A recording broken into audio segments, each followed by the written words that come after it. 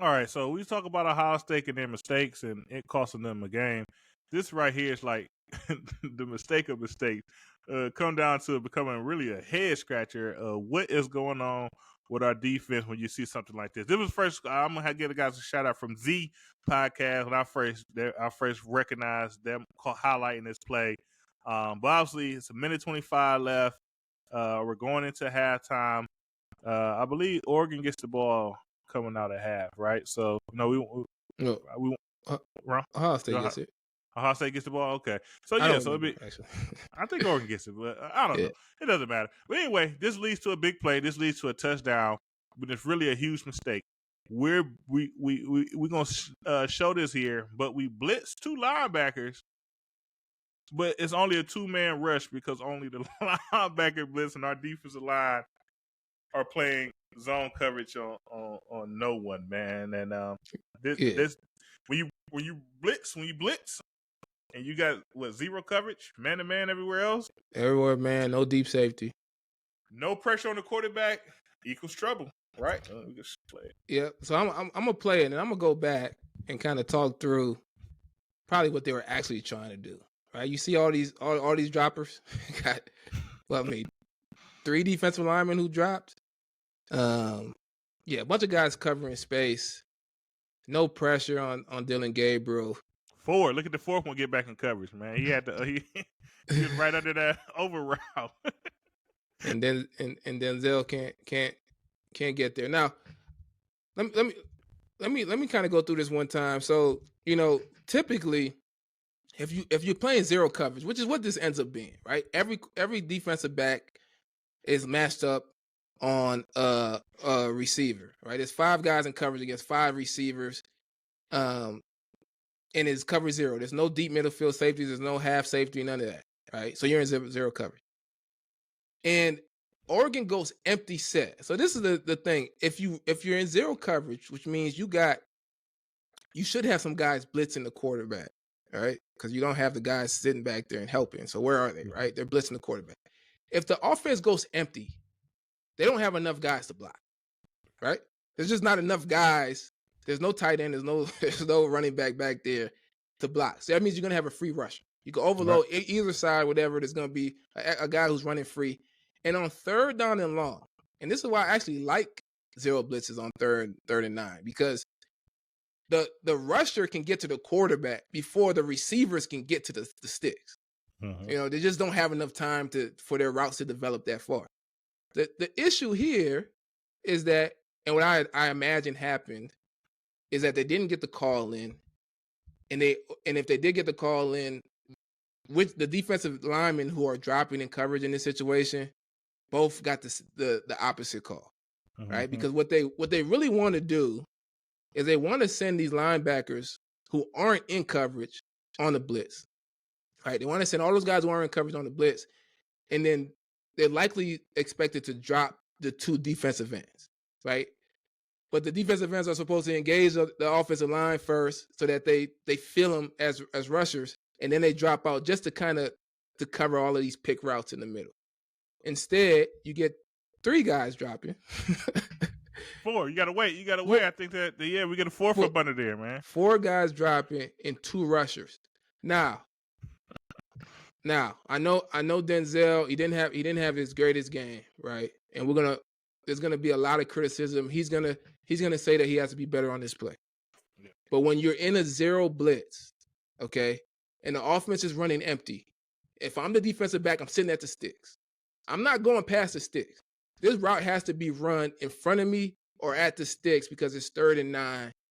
If they run something deep, because it is college football, you can jam all over the field. I jam the receiver and then I chase, and I'm just going to play the hands, right? Because I know this. If it's a zero blitz, quarterback doesn't have enough time to throw the ball. Receivers don't have enough time to make it to the sticks. If this happens, where he does have enough time, and there's 5 receivers getting out, I'll tell you this: the receivers who are running deep, they're going to be open. Let's look at the bottom. Both receivers are going to be open on this play. Oh yeah, I mean, you can pause it back there. Like you can see the stands. Who was that? Caleb Downs is in. Like he can't deal with the deep route. Yeah, it's just not a favorable situation for the defensive back. Now, Denzel can be better, but this shouldn't happen. And what I really don't like, and I want to see if they show a replay of this because they don't show it, but they ran a similar play on a second down earlier in the game. It was the same thing. What I don't like is that the guys who are blitzing aren't just lined up to blitz. The reason I say that is because as soon as they go empty, like I mentioned, they don't have enough to block it. So there's no point as a linebacker to sit back 4 or 5 yards because now you're just making it a longer trip for you to go hit the quarterback, right?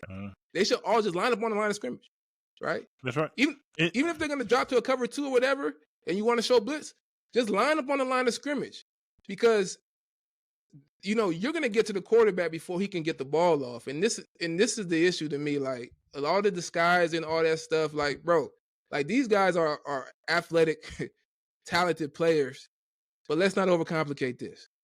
You line up on the line of scrimmage, you blitz these guys, you hit the quarterback. He's going to be on the ground, and those receivers won't even get to the yard line. Yeah, right. And then let me talk about from the offensive lineman standpoint because many times you play this, like you say, it's empty, right? So it was only 5 of us. So now once you start thinking that maybe 6 is coming, or even if 5 is coming, you have to do things a little bit differently, right? So on a high school level, you might just point out a linebacker, like, hey, if that linebacker come, he's ours, right? Is it like if he come, he's ours. If the other one come, he's on the quarterback. Or if it's NFL, NFL they try to make every play work. You say like, all right, I'm watching that linebacker. The line has this one. We taking maybe the backside linebacker in the protection, but if that front side linebacker comes, I'm gonna fall off this defensive end and get back inside because the guy inside tends to get there quicker than the guy on the edge, right? But even if we are running this, right? Let's say we run it correctly. Let's say like you think the defensive ends are dropping correctly. If the linebacker is at the line of scrimmage, I'm too slow. Like I can't do both. Exactly. Right? I cannot do both because he's at the line of scrimmage already. I cannot get back into the protection. So once I take that kick out, because I have to respect this defensive end, like I say, at this level, I got to respect that defensive end. Once I kick out, by the time I get back in, I maybe could chip this guy, but he's getting to the quarterback. I'm no longer stopping him. All I could do was try to chip him and maybe hope something good happen from there. But like you say, like even in this case, we obviously messed it up. We dropped 4, but guy, who was that? Who was that? Is that Simon at the top? I mean, he's just too far away. He's just too literally far. Too far away for 3rd and 9, and we trying to run a blitz to get the quarterback out, get the ball out the quarterback hands. Just too far. In the empty formation. Go back to 2011 Sugar Bowl. We play Arkansas. Solomon Thomas gets a pick on this same type of play, right? Him and Cam Hayward engaged. They go forward like they're engaged at the offensive lineman. The offensive lineman has to make a choice, right? He's gonna block the guy in front of him. Boom. Free rushers. And then the quarterback tries to drop it off low because he sees a guy blitzing and he throws it right to the defensive end. That's essentially what they're doing here. But they just got to line up and go play ball, man. That's the biggest issue.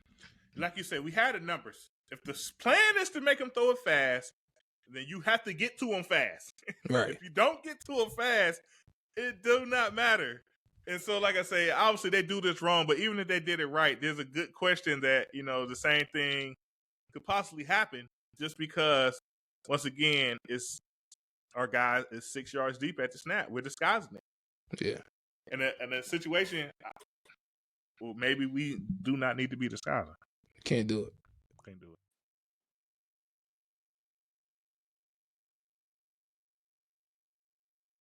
So boom, we survived halftime, and actually it seems like we might have actually did some coaching, like we got a little bit better here. But I mean, this kind of brings us to a point on 3rd down, and it's another empty set. So first 3rd down, Oregon was able to make a play.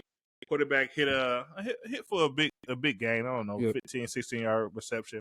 And now we got him at 3rd and long again here, and guess what? They're empty, and guess what? We want to pressure, and guess what? The pressure gets on the line of scrimmage, and it looks completely different, man. Right? They line up in it.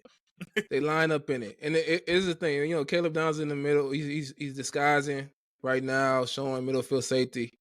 But they clearly had a plan for empty sets where they were going to line up in this kind of cover zero formation and play cover zero and drop the defensive ends to handle any of the pick, kind of pick plays, or they were going to line up and show pressure and play cover two. That's the two things I saw for most of the part of the game. But the key thing in that is that they lined up.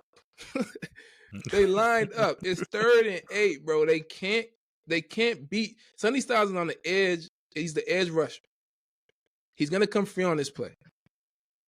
The receivers can't get to the sticks faster than Sonny Styles can get to the quarterback. It's just not possible.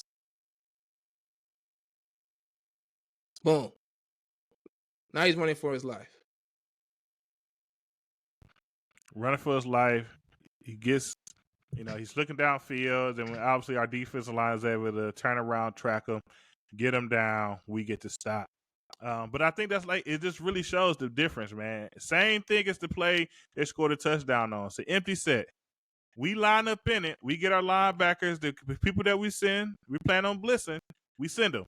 Our defensive ends does their job. They phantom rush, take a couple steps, fall off into coverage. But boom, we got pressure on the quarterback right away because once again, it's only 5 offensive linemen. They went empty, they can't block it. And we're showing 6. They can't block it. Can't do it.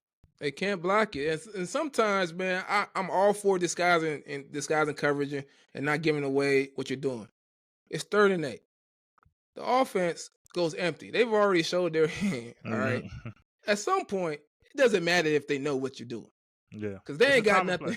You've already built into this play that I'm gonna drop 2 defensive ends to handle all of the crossers. Right? You've already built a little bit of protection into this zero pressure. Boom. Trust what you're doing.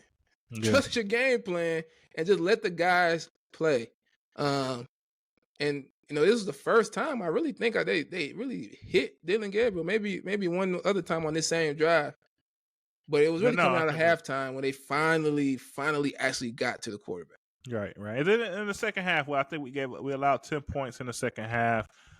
They had a good drive, right? They ended up getting that QB run off for a touchdown. And then obviously late they had a drive. We stopped them in a goal situation, and they had to kick a field goal. But I guess it's really just to show the difference, right? Yeah. I think we kind of talked about it before we hit recording. Now, let's say it's different. Let's say Oregon has a tight end on the wing, and they got a running back in the backfield, and we still want to show that pressure. Maybe you disguise it a little bit more because there's a chance that they could actually block all these guys, and our DBs need to be in position to make a play from there. But if they're empty and the plan is we put this in so we can make the quarterback sweat or get the ball out of his hand quick, you have to be quick. The whole thing is to be quick, and this is the best way to do it is to go ahead and go on that line of scrimmage and go. Look at Sonny Styles, man. I mean, you talk about him off the edge all the time, man. I think even that offensive tackle wanted to block him on that play. He probably was struggling. Yeah, he couldn't do it. He could not do it, man. And that's what we got to do. Line these guys up. Line guys like Sonny Styles up and let them go hit the quarterback. Because you fix a lot of coverage situations, a lot of coverage issues. If that defensive back knows, and 2.5 seconds, this ball is out. 2 seconds, this ball has to come out. Now we all on the attack. That's what we got to do, man. That's what we got to do.